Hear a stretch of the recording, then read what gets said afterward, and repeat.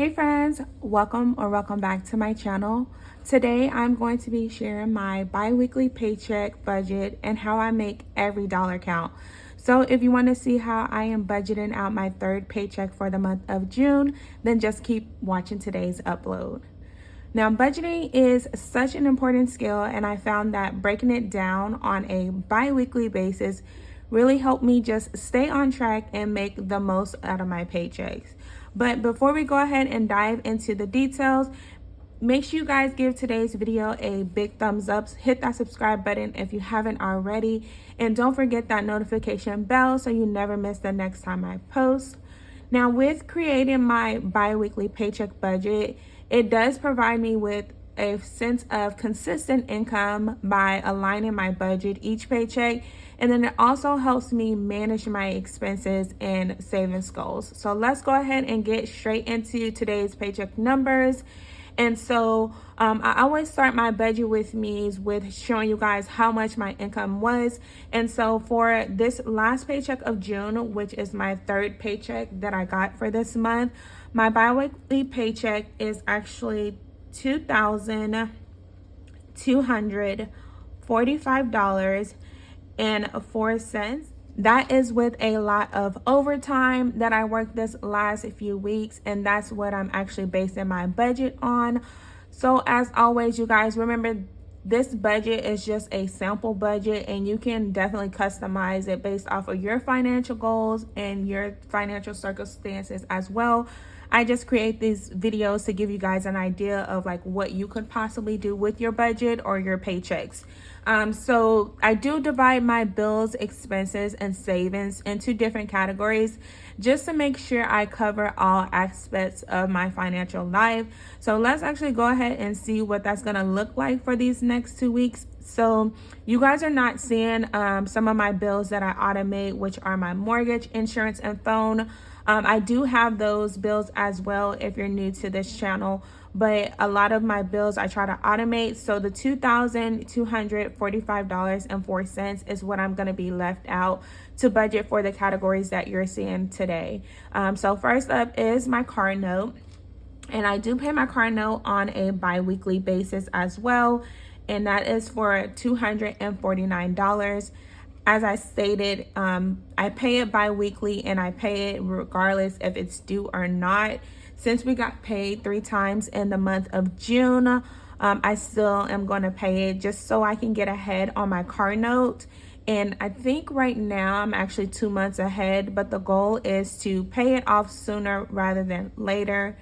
Now, if you're someone who doesn't have a car note and you use like public transportation, you can also incorporate like gas in your budget, or the bus fees in place of this car note. Either way, just make it work for, or customize it and adjust it to your actual paycheck budget. The next bill that I have that I need to take care of on this bi-weekly paycheck is my Atmos, which is my gas bill. And this one is only $32.18. So if you've been a subscriber or following my channel for a while, I did enroll in budget billing for both my gas and my lights. And so quick story time with my lights.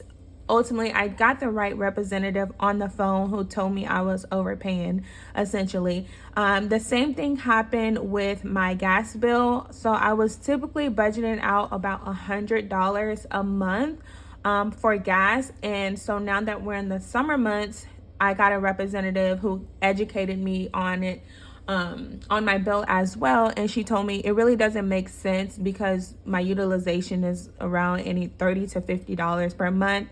And so I can actually re-enroll when the fall, like when winter comes around, and my gas bill is probably going to be higher.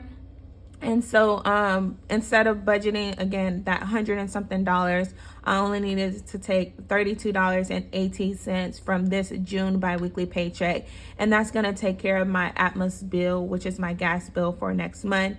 And then the last and final bill that I need to budget for on this bi-weekly paycheck is my Apple Music.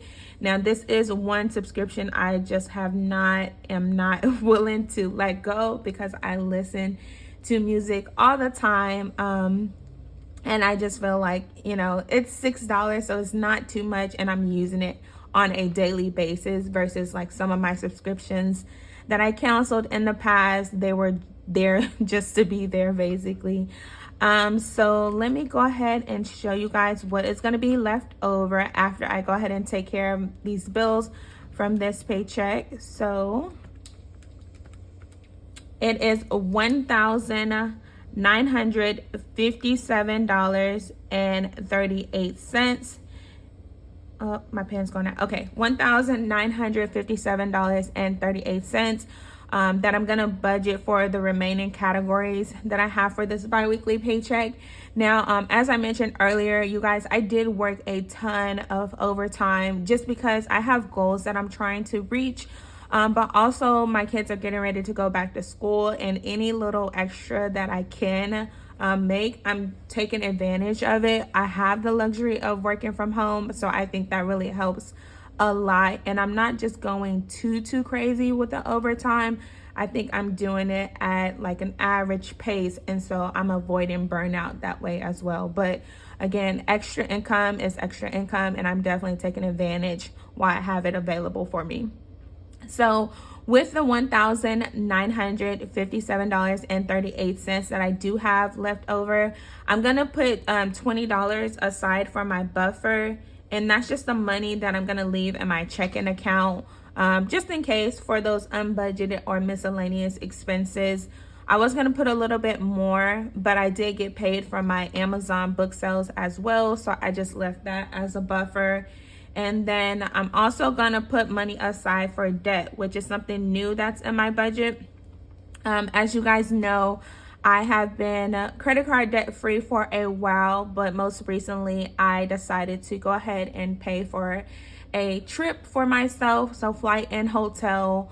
And I went ahead and put it on my credit card because I didn't have the savings as of yet in my vacation fund. But I wanted to go ahead and get it out the way and kind of secure it before I procrastinated and waited to the last minute. So now I'm just going to be working towards getting that paid back off, which is going to be paid off before the trip. But again, $120 in today's biweekly budget is actually going to go towards that. So that's $140 that I'm now taking away additionally from the remaining balance.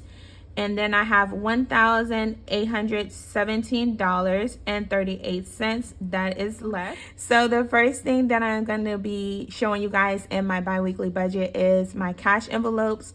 And so my cash envelopes that I utilize are for my variable expenses, which are the things that I spend money on just on a daily or a weekly basis. So the first expense is going to be my groceries. Now, my groceries, I do budget out $100 each paycheck, and being consistent and meal planning and shopping intentionally, just being really smart with like your grocery list, your grocery budget has really helped me stay on track with that budget. And I've been able to maintain that budget even through the summer months, which I am super proud of. I almost considered increasing it just a little bit to get snacks, but with next week being a holiday, I'm anticipating on visiting family or friends, maybe taking just a side and then having some leftovers. That's kind of how I foresee that grocery budget, but we'll see when next week's gets here. The next item that I have for my variable expenses is going to be my gas. Now, this is for my vehicle, and I do budget out $60 bi-weekly. Believe it or not, as I mentioned earlier, I do work from home, so typically I only need to fill up at least once. And again, that is something that's been in my budget for a while now, and it's just been consistent with the $60. If things change, then obviously I will make the needed adjustments, but right now it's not broke, so I'm gonna leave it at $60. The next cash envelope that I budget for on my biweekly paychecks is my household. Now, household takes care of like toiletries, things that we need for the house. I typically don't put a lot in this envelope to cover every single thing that we need, but I found with like budgeting on a biweekly basis, just being very intentional with our budget, really helps me out a lot, because I feel like if I buy too much of one thing, it's like we utilize it more. But if I buy just enough, then it lasts for the time that we need it to last for. So I hope that made sense. And that's kind of my logic of thinking when I do create my budgets. But for a household, I'm budgeting out $30. And even though we still have funds already in that household envelope, I do want to purchase some like storage containers for my vinyl and things like that. So this $30 is probably going to take care of like the toiletries portion, and then the remaining remaining cash that I have from my last paycheck budget will probably, fund the storage or organizer containers, crates. You guys know what I'm talking about.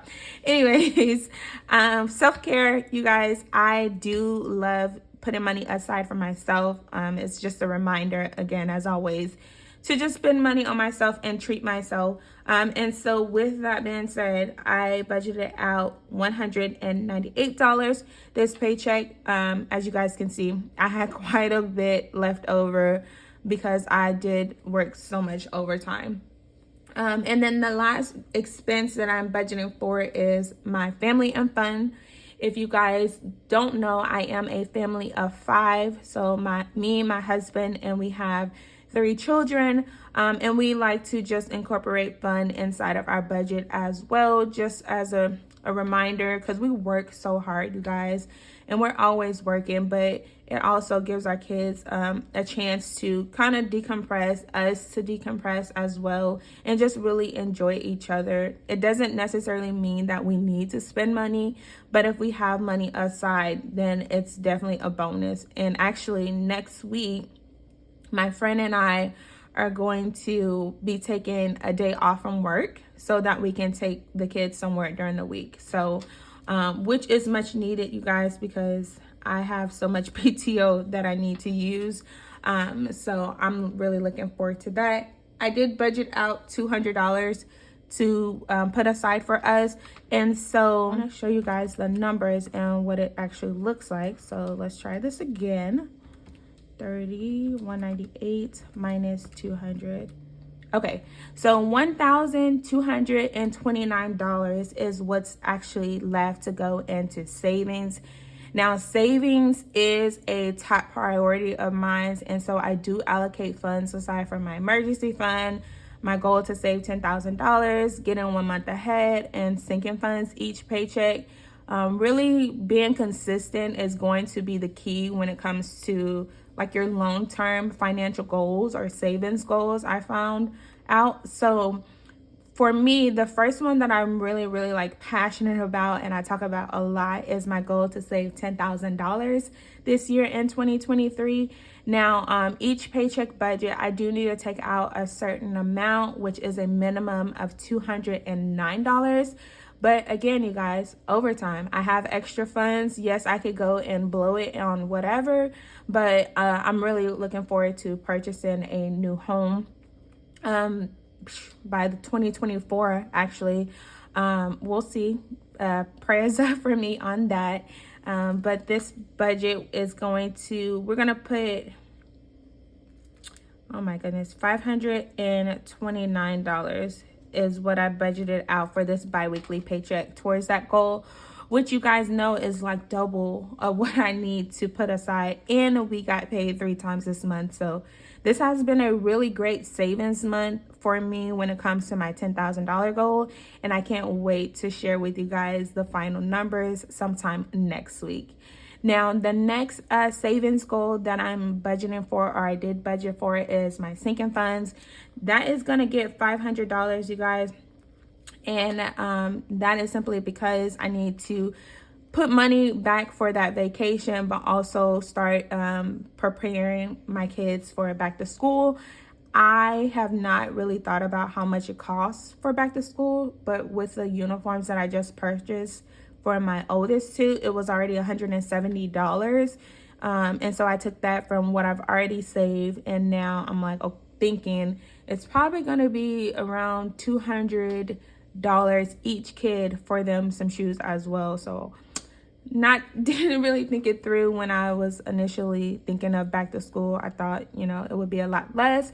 But the good thing is that we're in June. We still have the whole next month to kind of budget and plan for their back to school activities, but also those other sinking funds as well. And then the remaining, which should be about $200. So let me just double check.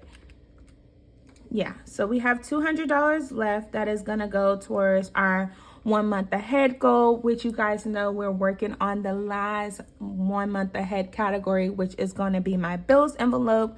So we're gonna go ahead and add $200 to that. And then that does bring us down to a zero-based budget, which means that every single dollar got a job.